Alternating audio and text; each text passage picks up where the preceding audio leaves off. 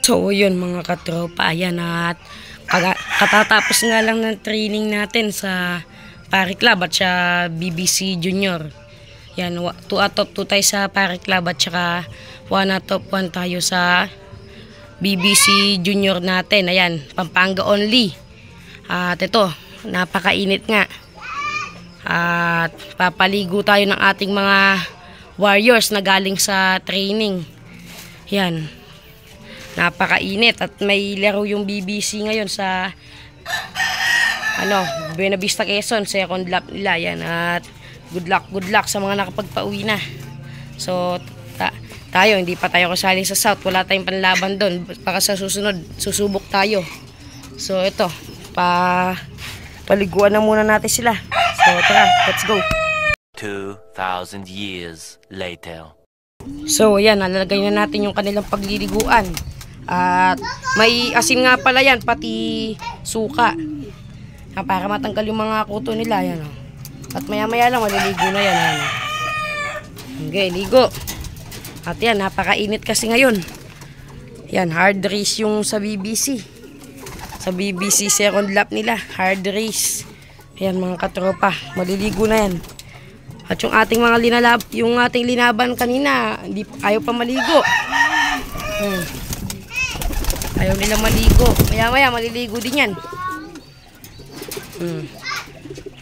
So, maya na lang ulit mga katropa. So, yun nga mga katropa. Naligo din yung ating mga linabang kanina sa training. Ayan o.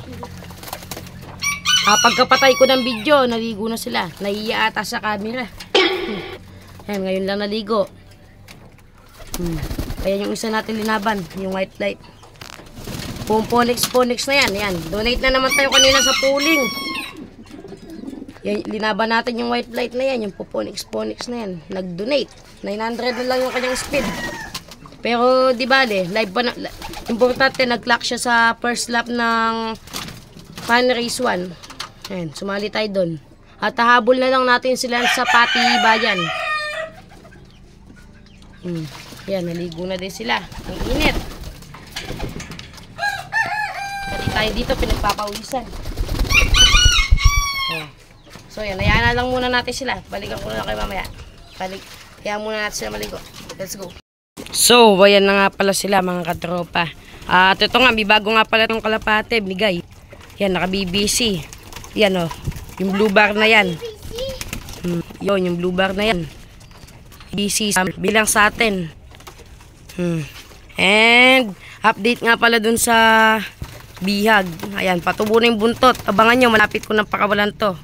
At kaya hindi ko siya agad pinakawalan kasi pilay. At saka walang buntot. Gusto ko pag umuwi siya sa amo niya, ayos na yung kanyang katawan, pati yung kanyang buntot.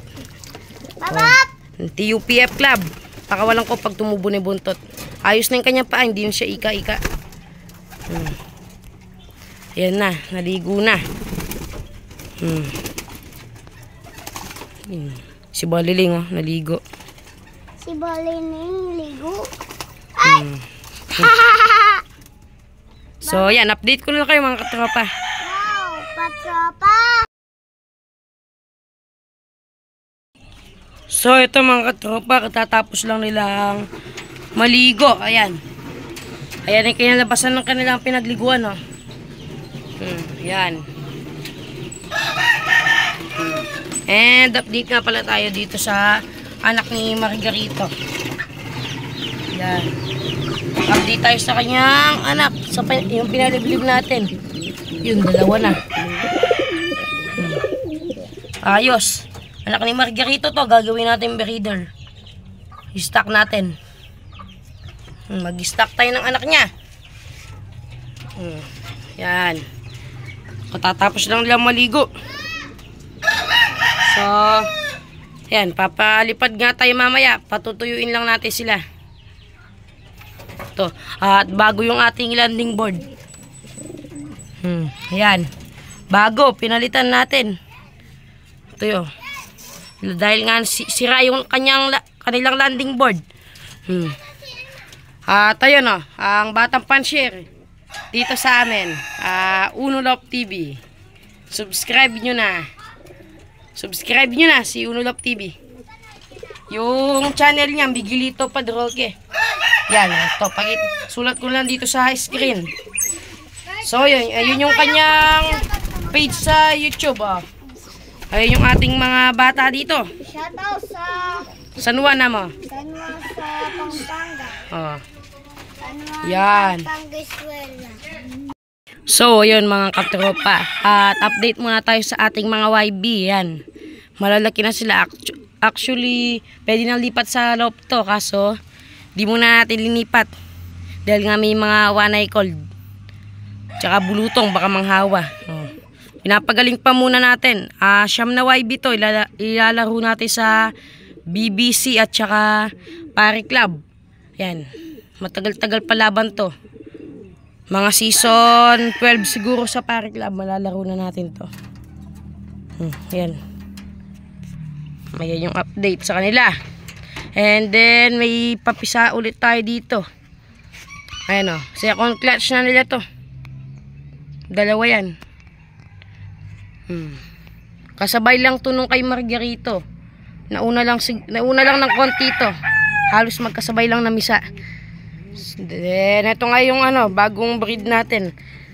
Nagpares na. Nagpares na din sila. Kasi nung unang lagay natin ayaw nila magpares Ayan, yung si Bulag, pati yung Taiwan.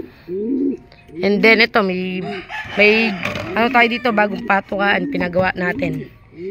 Ayan, nagpapagawa kami kasi ng cabinet nun. Ayan, may natirang kahoy. Pinagawa na lang namin ng patukaan ng kalapate. Ayan, mainit pa din. At 6,000 na yung nag-clock sa BBC. Ayun may nasusunog ata. Saan kaya banda yun? O baka nagsunog lang talaga. Parang may nasusunog dun. Baka siguro nagsunog lang. Ayan, kala ko may nasunog na. Ayan, at to, madami na naman manok dito. Maglalaban din sila papa ko sa February 16. Ayan. Ayan yung katatapos lang nila maligo. Yung ating mga linalaban. Then ito sa June, ang kanilang laro, YB. Open YB race. North. Then, asa na ba yung binigay sa atin na naka-BBC? Ayun. Ayun siya mga katropa. Yan, yung blueback na yan, naka-BBC yan, binigay sa atin. Binigay sa atin nung kasama ni papa ko. So, yan, update ko na lang kay mamaya. Bye! So, yun mga katropa, paparonda na nga pala tayo ng ating mga warriors. At dahil 2 PM na, ayan. So, tara, paronda na tayo ng mga warriors natin, mga katropa. Let's go! So, yun mga tropa, na pakawala na natin. Yun na, lumilipad na sila. Sinama natin si Bulag sa kanila para mapagpag. Ayan sa kainitan. Ayan para masanay sila sa init. Ayan, saglit lang lumipad to. Maya maya, bababa na to. Hindi pa sila masyado sanay sa init. Kaya kailangan masanay sila sa init ng mga katropa. Ayan. Sabi nga ni Professor Boyet Policarpio, wag natin masyadong i-vitamins. Kung mainit ang labanan, sanayin natin sa init ang labanan. At kung sabi niya, kung ayaw talaga lumipad ng ibon natin na matagal, wag natin pilitin. Yun yung kanyang sinabi ni Sir Boyet Policarpio. Professor Boyet Policarpio. Yan yung dalawa. Pasok na agad yan, pumuponex yan. Yan, wala tayong magagawa. Talagang ayaw lumipad ng ibon natin ng matagal. At saka sinasanay pa natin sila sa init. Yung si Bulag, lumilipad pa si Bulag. Yan. Tawagin na natin si Bulag. Hayaan muna natin. Para mapagpag din si Bulag. Kung sino pa yung breeder, siya pa matindi lumipad. Ikot pa yan. Mamaya pababa yan. Natin tinatawag yan, di bababa yan. Yan. Tawagin na natin.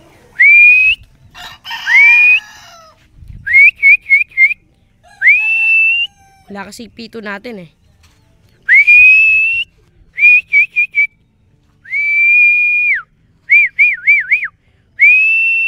Ayun pang bumaba. So, sino pa yung breeder? Siya yung matindi lumpad. Ayan, hayaan muna natin siya.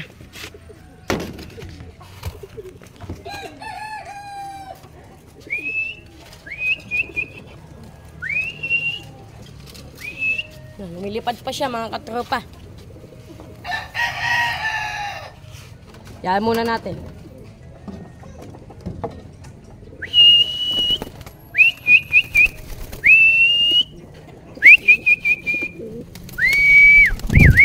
Pasok. Pasok lag. Di mo pagod. Yun o, hingal na hingal. Kala ko hindi na pagod eh. Hihingal pala. Pasok. Lag, pasok. Pasok.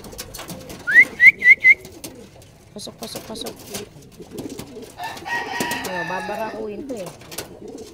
Yan, ganun siya kabait mga katropa. Kaya mo siyang ulihin. Yan, di siya mailap sa tao.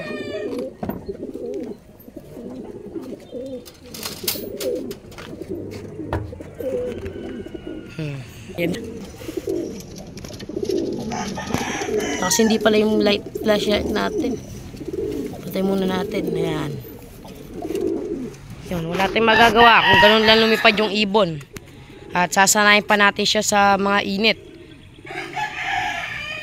Sabi nga ni Professor Boyet, kung ayaw lumipad ng ibon, huwag natin pilitin.